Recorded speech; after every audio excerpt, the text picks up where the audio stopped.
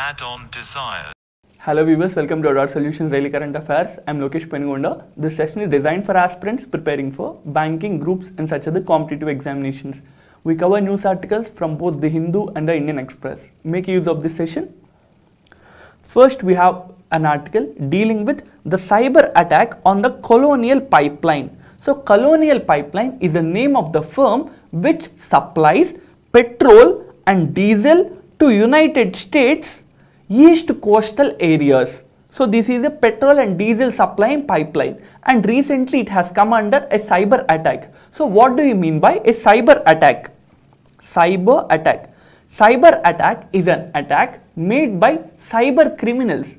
What is the objective of bringing in the cyber attacks? The objective is to steal your information. It might be to expose your information. It might be to take control over your computer networks and information. It might be for altering your information, or it might be simply to destroy the information you have.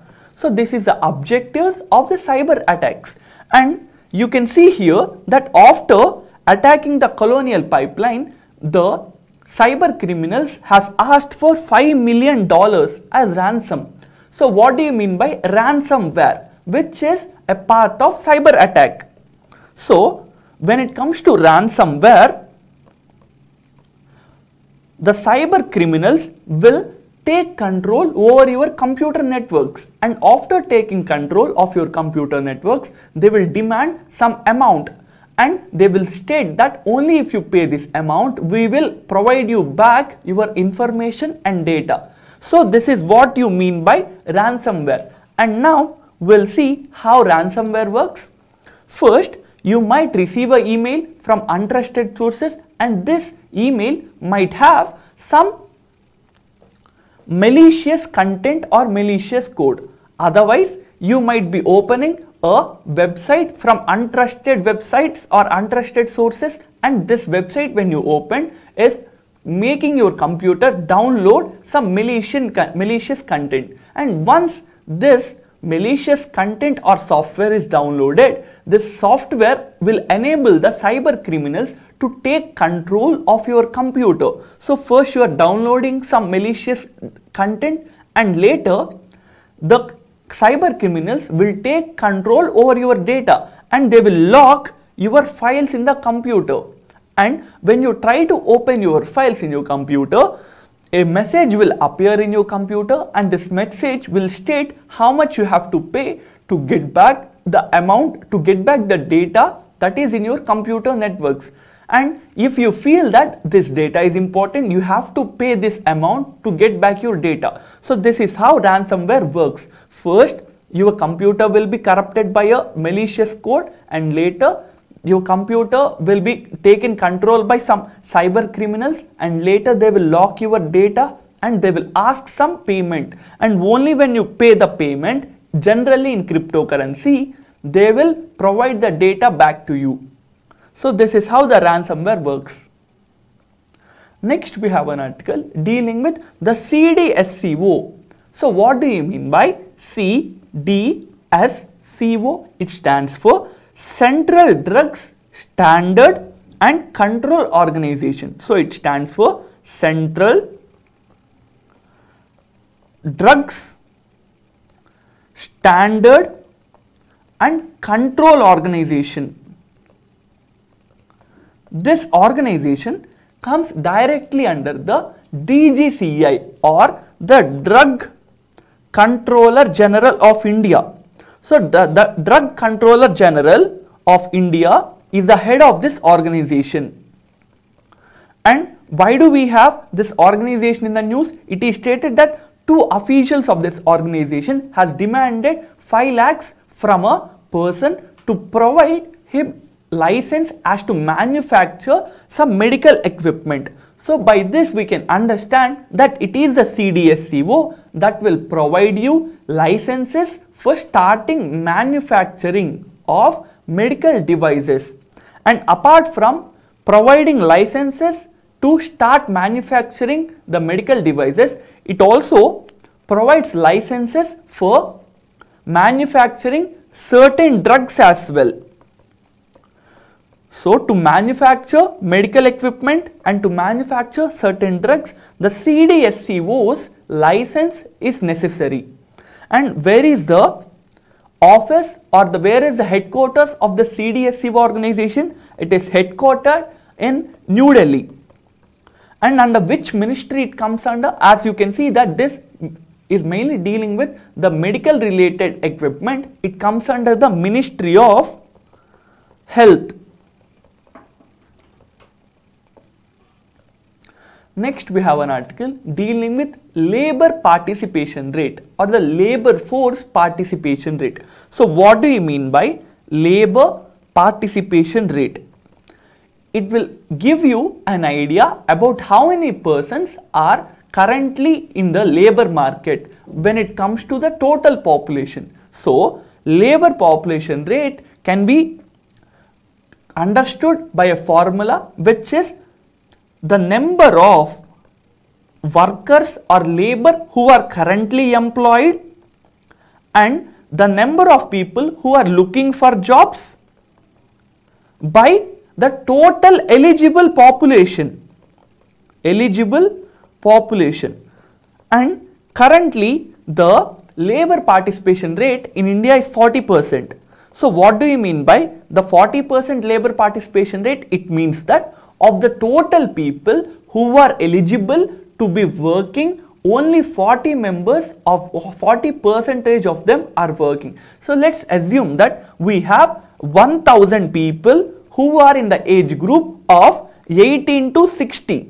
Why am I taking 18 to 16 alone? Because it is the working age group. So if we have 1000 people who are under this category and if only 400 people are either working or either looking for jobs, then we can understand that it will be 400 by 1000, and then it means you have only 40% of people who are looking or who are working for jobs. So this is what do you mean by the labor force participation rate. And why is it important?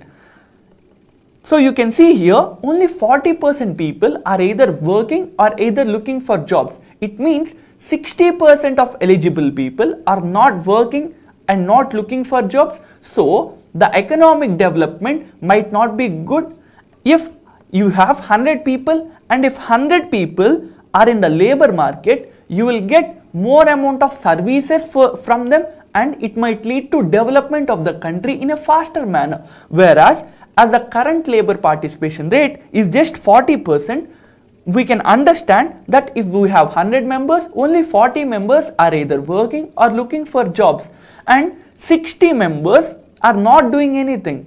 So you won't have much economic development in this regard. And who is providing this labor participation related statistics now? It is the CMIE. So what is the CMIE? CMIE stands for Center for Monitoring Indian Economy. This is a non-governmental organization.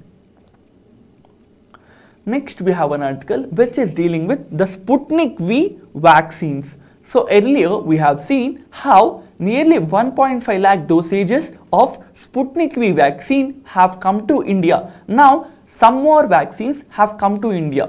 So what we have to understand is that Sputnik V is a COVID related vaccine, and this vaccine is developed by Russians. And in India, this vaccine will soon be manufactured locally. So it will be manufactured locally by Dr. Reddy's laboratory. What is the significance of manufacturing this COVID drug? By starting a new COVID vaccine drug, India would be the country which will have 3 vaccines which will be produced locally. So earlier we have seen the Covishield, later we have seen the Covaxin, and now we'll see the Sputnik V which will be locally manufactured in India. And also, as a Sputnik V is a single dosage vaccine, it will help people faster.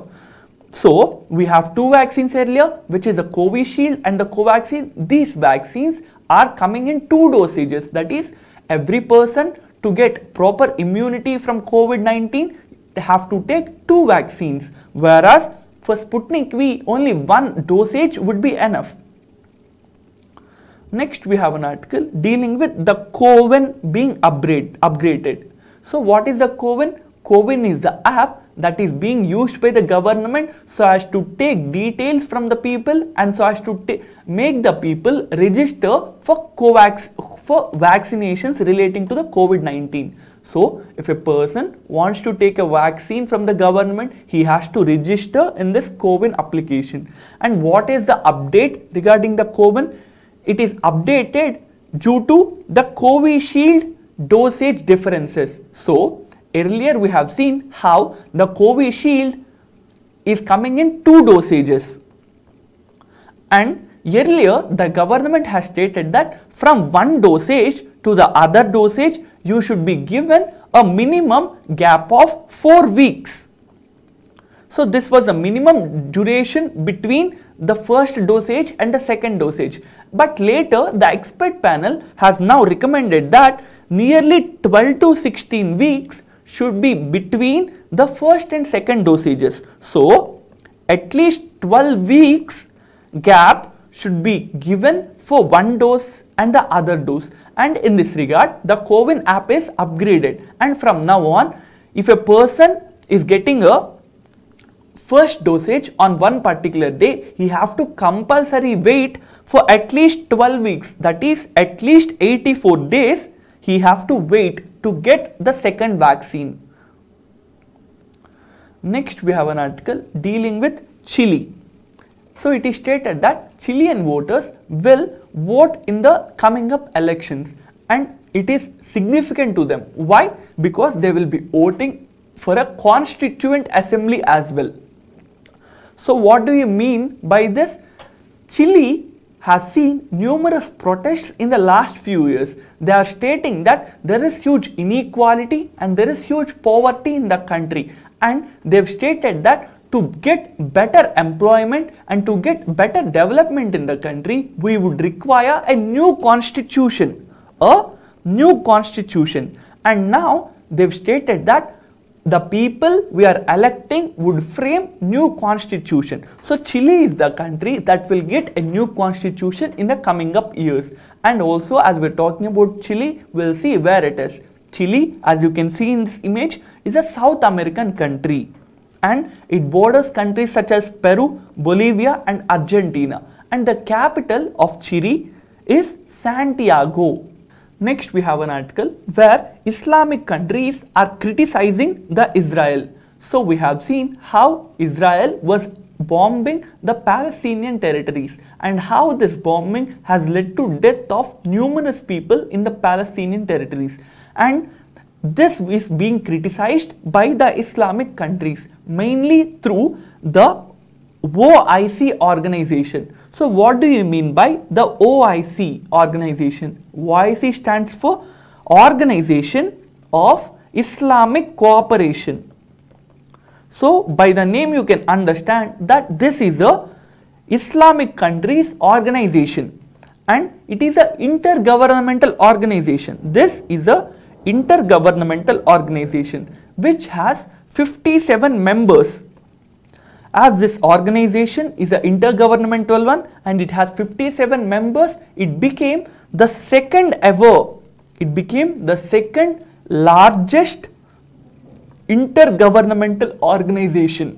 So what is the first largest intergovernmental organization? It is the United Nations. And what is the objective of the OIC? The objective of OIC is to safeguard Muslim interests. So the OIC's major objective is to safeguard Muslim interests, and this organization acts as a collective voice of all the Muslim members nations. Collective voice of all the Muslim membered nations. And when was this organization set up? This organization was set up way back in the 1969.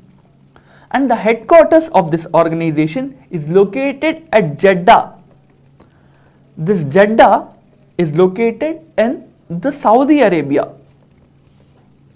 So, OIC is an organization for Islamic cooperation. It has 57 member countries and it is second largest intergovernmental organization after the United Nations. This was formed in 1969 and it is headquartered at Jeddah of Saudi Arabia. Next, we have an article dealing with the Food and Agriculture Organization. And also in this article it is stated that the rice and wheat exports have hit new records. So we'll mainly deal with the Food and Agricultural Organization. This is a specialized agency. This is a specialized agency of United Nations. And this organization was set up way back in 1945. What is the objective of this organization?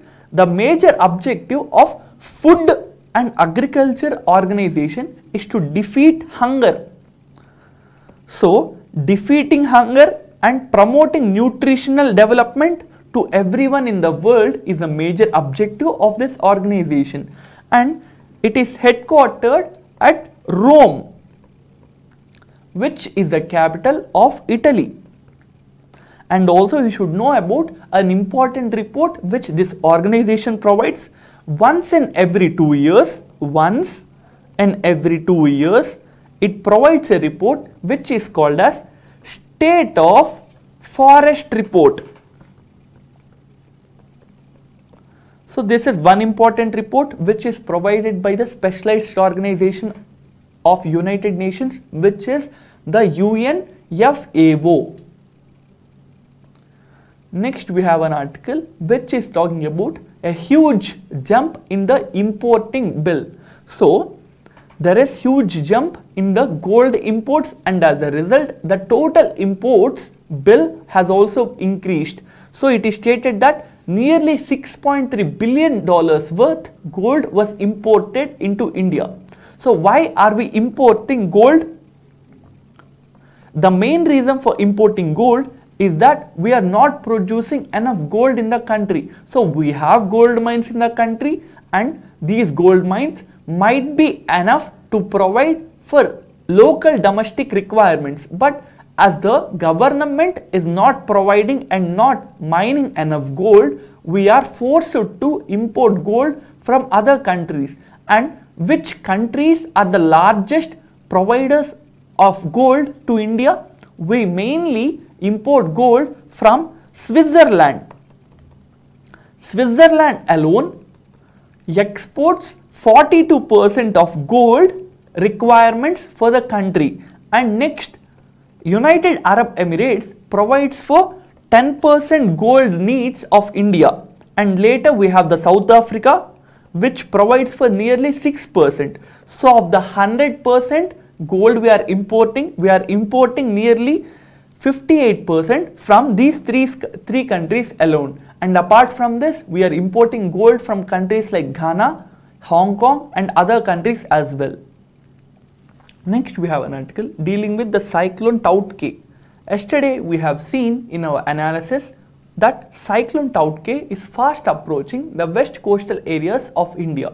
So in this session, we'll see what a cyclone means and what are the different names used for cyclone. Cyclone is a low pressure area. It is a low pressure area with winds spiraling inwards. So this is what you mean by a cyclone, and this phenomenon is used in various contexts and various names. So if you are using the same phenomenon, or if you want to tell about the same phenomenon, a word called as hurricane will be used if you are in North America or in the Europe. So if you have a cyclone in the Atlantic Ocean, or if you have a cyclone in the East Pacific Ocean, then the word hurricane will be used. Whereas if you are in the Southeast Asian region, or if you are in the West Pacific region, then the word tornado will be used. So, few days back we have seen how a tornado hitting the Chinese coastal areas and how it has led to death of nearly a dozen people. So tornado, hurricane and cyclone mean the same thing, but they are words which are used by various countries' people. And with this we have covered the relevant articles from both the newspapers, and we have come to the end of this session. Inform about Adot Solutions initiative to your other aspirant friends. Thank you. Adot Solutions. Add-on desires.